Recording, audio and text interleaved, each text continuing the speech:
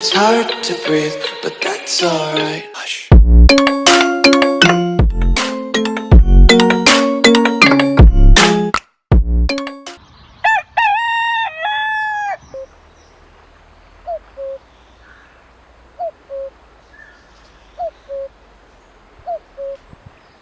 Hello friends, ഇന്ന് നമ്മൾ ഉണ്ടാക്കാൻ പോകുന്നത് രണ്ട് പൊരി സാധനങ്ങളാണ്. അതായത് മീനുണ്ടാക്കണ ഫിഷ് ടാങ്ക്.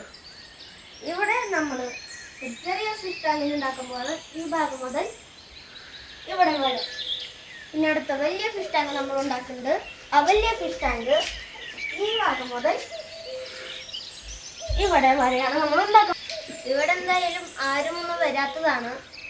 അതുകൊണ്ട് ഇവിടെ നമുക്ക് രണ്ട് ഫിഷ് ടാങ്ക് ഉണ്ടാക്കാം.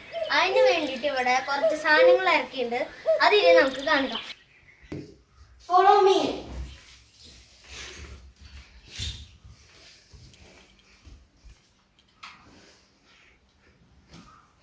ഈ സാധനങ്ങളാണ് നമ്മൾ മീനിന്റെ ഫിഷ് ടാങ്ക് ഉണ്ടാക്കാൻ ഉപയോഗിക്കുന്നത്.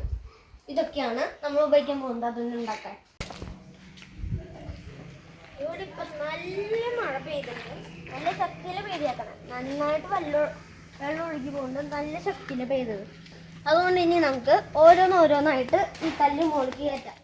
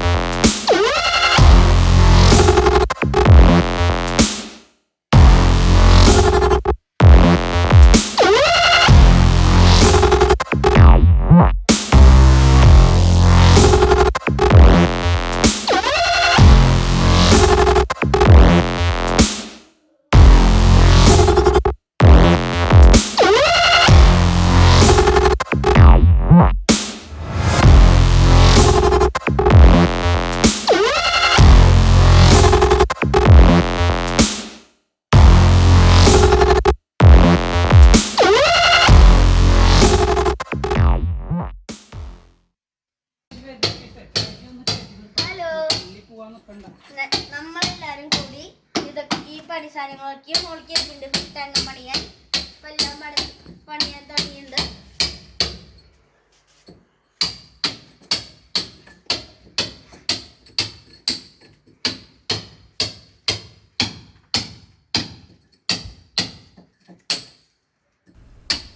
ഇത് മംഗലശ്ശേരി നീലകണ്ഠൻ. എന്റെ ഭീഷണി എന്ന് പറഞ്ഞ ചില ഊച്ചാളി രാഷ്ട്രീയക്കാരെ കൂട്ട് സ്ഥലം മാറ്റിക്കളയൊന്നുമാവില്ല. കൊന്നുകളയും ഞാൻ. പഠിക്കില്ല കേട്ടോ. ശരിക്കുള്ള പേര് ബിലേഷ് PB. തൃശ്ശൂർ ഭാഗത്ത് അമല ഹോസ്പിറ്റലിൻ്റെ ആ ഒരു ഏരിയയിലാണ് പുള്ളിയുടെ വീട്. അപ്പോൾ പുള്ളിക്ക് നല്ല അടിപൊളി ചെറിയ ബിൽഡിങ്ങുകളൊക്കെ കോൺട്രാക്റ്റ് എടുത്ത് പണിത് കൊടുക്കാനായിട്ടുള്ളൊരു കൺസ്ട്രക്ഷൻ ടീമുണ്ട്. വളരെ തിരക്കുള്ളൊരു പണിക്കാരനാണ്. അപ്പോൾ പുള്ളീൻ്റെ സേവനം ആർക്കെങ്കിലും ആവശ്യമുണ്ടെങ്കിൽ ഈ വീഡിയോൻ്റെ കീഴെ കമൻറ്റ് ചെയ്യാവുന്നതാണ്. കമൻറ്റ് ചെയ്ത് അവൻ്റെ റിക്വയർമെൻറ്റ് വേണം എന്ന് പറഞ്ഞ് എനിക്കൊരു ചെറിയൊരു എൻക്വയറി അയച്ചു കഴിഞ്ഞാൽ അവന് നിങ്ങളുടെ ഡീറ്റെയിൽസ് ഞാൻ കൊടുക്കുന്നതായിരിക്കും. ഓക്കെ, സോ നമ്പർ ഇടാത്തത് വേറൊന്നുകൊണ്ടല്ല, എൻ്റെ വീഡിയോയുടെ തെറിവിളി ഞാൻ മാത്രം കേട്ടാൽ മതി. എന്തിനാണ് വെറുതെ പാവം എന്നെ സഹായിച്ചു എന്നുള്ള പേരിൽ അവനെ ബലിയാടാക്കുന്നത് ശരിയല്ലല്ലോ എന്നതുകൊണ്ട് ഞാൻ നമ്പർ തരുന്നതായിരിക്കില്ല.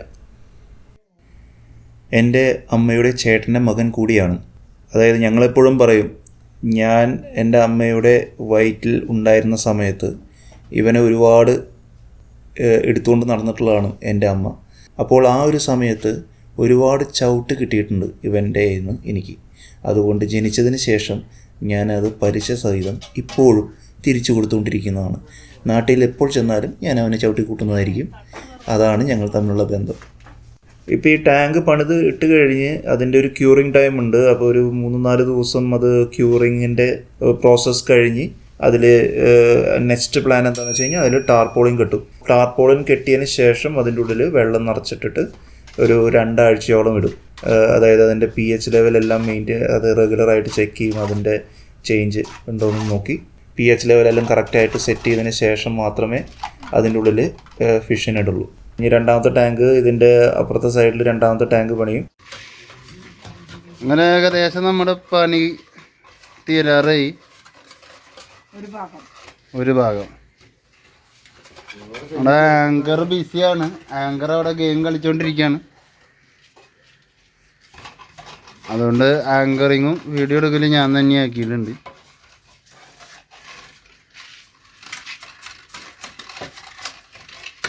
ഇപ്പോഴത്തെ കുഞ്ഞൊരു കൃഷി ഉണ്ടായിരുന്നു. ആ കൃഷിയൊക്കെ ഇപ്പോൾ നമുക്ക് വേറെ സ്ഥലത്തേക്ക് മാറ്റണം. ഒരു സാധന ഈ ഏരിയയിൽ മീനും കൊണ്ട് വളരട്ടെ. ഒരു 3-4 ആഴ്ചൻ്റെ ഉള്ളിൽ മീൻ സെറ്റാക്കും. നമുക്ക് വെയിറ്റ് ചെയ്യാം. ഹലോ, ഇനി നമ്മൾ ഈ മതിലൊക്കെ പടിഞ്ഞത് കഴിഞ്ഞിട്ടുണ്ട്. ഇനി നമുക്ക് ഇതിൻ്റെ മുകളിൽ ഇത്തിരി സിമെന്റ് തേച്ചാൽ മതി.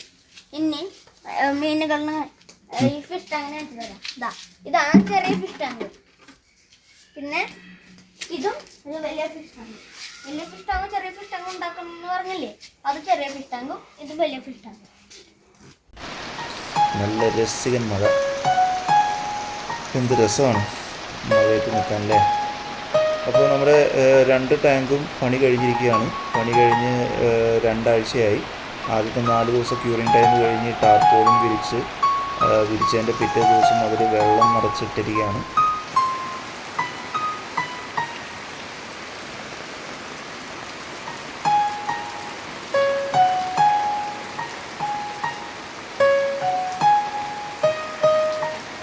ഇത് രണ്ടാമത്തെ ടാങ്കിൽ നമ്മൾ പാടത്തിന് പോയി ചണ്ടിക്കും കൊണ്ടിട്ടിട്ടുണ്ട്. ഇത് അതിൻ്റെ മെയിൻ ഉദ്ദേശം എന്ന് പറഞ്ഞു കഴിഞ്ഞാൽ അമോണിയ ലെവൽ കുറയ്ക്കാനായിട്ടുള്ളൊരു ഇതാണ്. പിന്നെ വെള്ളത്തിൽ എയറേഷൻ ഓക്സിജൻ കിട്ടാനായിട്ടുള്ള മീനുകളെ സഹായിക്കും.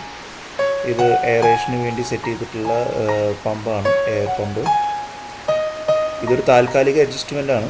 ഇത് ഒരു സ്ഥലത്ത് കറക്റ്റായിട്ട് സെറ്റ് ചെയ്ത് നമുക്ക് കറക്റ്റായിട്ട് ട്യൂബുകളൊക്കെ നന്നായി ഡ്രസ് ചെയ്ത് വെച്ചില്ല എന്നുണ്ടെങ്കിൽ അത് നാശമാകും. അതുകൊണ്ട് കറക്റ്റായിട്ട് ഒരു കുറച്ച് ഓപ്പൺ സ്പേസിൽ എയർ കംപ്രസർ വയ്ക്കുമ്പോൾ ഓപ്പൺ സ്പേസിൽ വെക്കണം. കവർ ചെയ്ത് വെക്കരുത്. കാരണം ഇത് പുറത്തുനിന്ന് എയർ സക്ക് ചെയ്തെടുക്കുന്നതാണ്. അപ്പോൾ കവർ ചെയ്ത് വെച്ച് കഴിഞ്ഞാൽ ആ സക്ഷൻ ഇത് കുറയും.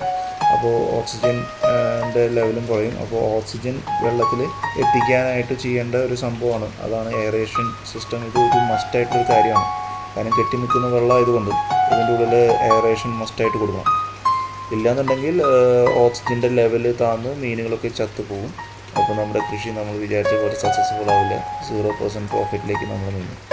അപ്പോൾ ഇതിന് യൂസ് ചെയ്തിരിക്കുന്നത് 35 വാട്ടിൻ്റെ ഒരു മാഗ്നറ്റിക് എയർ കംപ്രസറാണ്. ഹലോ ഫ്രണ്ട്സ്, അപ്പോൾ നമ്മുടെ പണികളൊക്കെ തീർന്നു. നല്ല മഴക്കാലമായതുകൊണ്ട് നല്ല മഴയാണ്. അപ്പോൾ നമ്മളന്നാൾ ടാങ്ക് കെട്ടിയതിന് ശേഷം എക്സാക്ട്ലി കറക്റ്റ്ലി 2 ആഴ്ച കഴിഞ്ഞു. ഞങ്ങൾ ടാർപോളിൻ വാങ്ങിയിട്ട് കെട്ടിയിട്ടുണ്ട്. ചെറുതിനും ആണി അടിച്ചിട്ട് അപ്പുറത്തെ ഭാഗം, പിന്നെ ഇതാ ഇവിടെ കണ്ടോ ഇഷ്ടിക വെച്ചിട്ടാണ് ഇവിടെ കെട്ടിയേക്കുന്നത്. ടാർപോളിൻ വാങ്ങി കുറച്ച് ചണ്ടി പോയി പാടത്തുനിന്ന് പറക്കി അതിലേക്ക് ഇട്ടു. pH ലെവൽ ഒരു 2-3 ദിവസം മുമ്പ് ചെക്ക് ചെയ്തപ്പോൾ വളരെ കുറവായിരുന്നു. അതായത് 6-6.25 ആയിരുന്നു. അതേപോലെ തന്നെ ഇതിലും അതെ ചണ്ടികൾ ഇട്ടിട്ടുണ്ട്. ഇപ്പോൾ നെറ്റ് ഇന്നലെ വാങ്ങിയതാണ്. ഇപ്പോൾ നെറ്റ് സെറ്റാക്കാനുള്ള പരിപാടിയിലാണ്. മീനുകൾ വാങ്ങി ഗിഫ്റ്റ് തിലാപ്പിയ ഒരു 300-350 എണ്ണം ഉണ്ടാവണം. കുഞ്ഞു കുട്ടികളെ കിട്ടിയത്, അതുകൊണ്ട് ഒരു 10-41 എണ്ണം ചത്തുപോയി. ബാക്കിയുള്ളതൊക്കെ ഉഷാറായിട്ടുണ്ട്. അത് ഞങ്ങൾ ഈ ടാങ്കിൽ ഇട്ടേക്കണത്. അത് കാണാൻ പറ്റുമോയെന്ന് അറിയില്ല.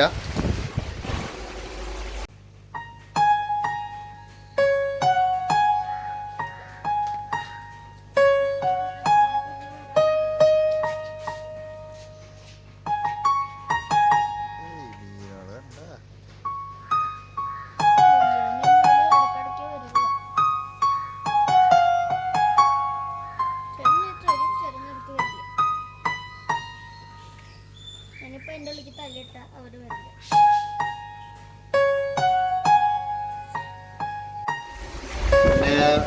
ബ്ലൂ മീത്തൈൽ എന്ന് പറഞ്ഞിട്ട് മെത്തലൈൻ എന്ന് പറഞ്ഞിട്ട് ഒരു പൗഡർ കിട്ടും. അപ്പോൾ അതിട്ട് കഴിഞ്ഞ് ഇതിൻ്റെ ഫംഗൈ സംഭവങ്ങളൊക്കെ പോവും.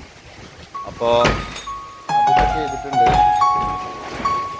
ഇത് ഭയങ്കര കാറ്റും ഇതൊക്കെ ആയതുകൊണ്ടേ വാതിലൊക്കെ നല്ലപോലെ തുറന്നടയ്ക്കുകയാണ്. അതുകൊണ്ട് ശബ്ദകോലാഹലങ്ങൾ കുറേ ഉണ്ട്. മഴ പെയ്ത് കഴിഞ്ഞാൽ വെള്ളം പൊങ്ങി ഓട്ടോമാറ്റിക്കലി പോകാൻ വേണ്ടിയുള്ളൊരു സിസ്റ്റം സെറ്റാക്കിയിരുന്നു. പക്ഷെ അത് ഒട്ടിക്കാനുള്ള പരിപാടിയിലാണ് നമ്മൾ. ഇതാണ് ആ സാധനം. കംപ്രസർ, അതായത് എയർ പമ്പ്, നല്ല കമ്പനിയാണ്, കുഴപ്പമില്ലാത്തതാണ്. ചൈനയാണ്, എന്നാലും ഹൈലിയൻ്റെ അത്യാവശ്യം 35 വാട്ടിൽ വർക്ക് ചെയ്യണതാണ്. ചൂടുണ്ടോ എന്ന് ചോദിച്ചു കഴിഞ്ഞാൽ 24 മണിക്കൂർ ഇന്നലെ വർക്ക് ചെയ്യിപ്പിച്ചിട്ട് തൊടാനൊക്കെ പറ്റും. വലിയ ചൂട് അത്രയില്ല. ഉണ്ടോ എന്ന് ചോദിച്ചു കഴിഞ്ഞാൽ ഉണ്ട് താൻ, കുഴപ്പമില്ല. 6 എണ്ണത്തിൽ നിന്ന് ഇപ്പോൾ 3 എണ്ണം ഇവിടെ ഇട്ടേക്കാണ്. 2 എണ്ണം ഇട്ടിട്ടുള്ളൂ. ഒരെണ്ണി ചെറിയ ടാങ്കിലേക്കാണ്. ഇപ്പോൾ ഞാനത് മാറ്റിയിട്ടേക്കാണ്. മീനിനെ മാറ്റണമെന്ന് വിചാരിച്ചിട്ടിരിക്കുകയാണ്. അപ്പോൾ അത് pH ലെവലിപ്പോൾ 2-3 ദിവസം മുമ്പ് നോക്കുമ്പോൾ 6 ആയിരുന്നു. ഇന്ന് രാവിലെ നോക്കിയപ്പോൾ ഈ ടാങ്കിൽ എത്രയാണ്, കറക്റ്റ് 7 ആയി. കുഞ്ഞു ടാങ്കിൽ 7.5 ഇതിൽ 7ൻ്റെ അടുത്തുണ്ട്. അപ്പോൾ ഇന്ന് വൈകുന്നേരത്തിനുള്ളിൽ നമ്മളിത് സെറ്റാക്കാനുള്ള പരിപാടിയാണ്. നെറ്റ് കെട്ടിക്കൊണ്ടിരിക്കുകയാണ്. ഇവിടെ നെറ്റ് കെട്ടിക്കൊണ്ടിരിക്കുകയാണ്. കുളിച്ചിട്ടൊന്നുമില്ല, എന്നാലും നെറ്റ് ഇട്ടുണ്ട്. നെറ്റ് കുളിച്ചിട്ടില്ല. നെറ്റ് കെട്ടുണ്ട്. ഇവിടെ നെറ്റ് ഇട്ടുണ്ട്.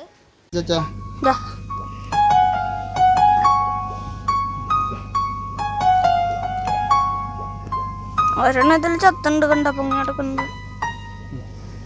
ക്യാമറ എടുക്കാൻ പറഞ്ഞില്ല മതിയില്ലേ?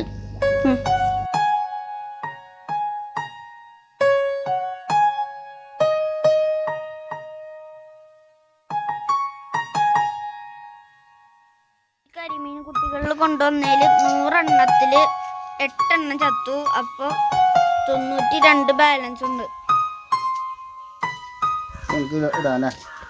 ഇടാം. ക്യാമറ പിടിച്ചോ. Camera, light, camera, action. പിടിച്ചോട്ടാ. കരിമീൻ കുട്ടികൾ നീന്തി പോവാൻ തുടങ്ങണില്ല, പക്ഷെ കുറച്ച് കഴിയുമ്പോൾ നീന്തും.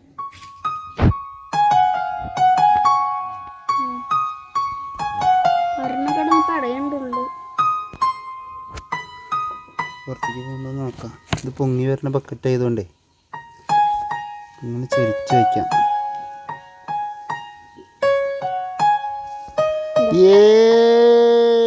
നീന്തി പോകുന്നു. നമ്മുടെ പുതിയ വീട് നമുക്ക് ഇഷ്ടമായി എന്ന് പറഞ്ഞ നീന്തി പോകുന്നുണ്ട്. ശരിക്കും പിടിക്കണേ. ഇതാ എന്താ നീന്തി പോകണോ? ഒരെണ്ണം മാത്രം ബാക്കി, ഒന്നല്ല 2 എണ്ണം ബാക്കിയുണ്ട്. 2 പോകാനുണ്ട്. ഇതാ 2 പേരോടെയും പോകുന്നുണ്ട്. വരണില്ല. അതിന് പേടിയെന്തോ ഉണ്ട്. വന്നില്ലേ? വന്നു.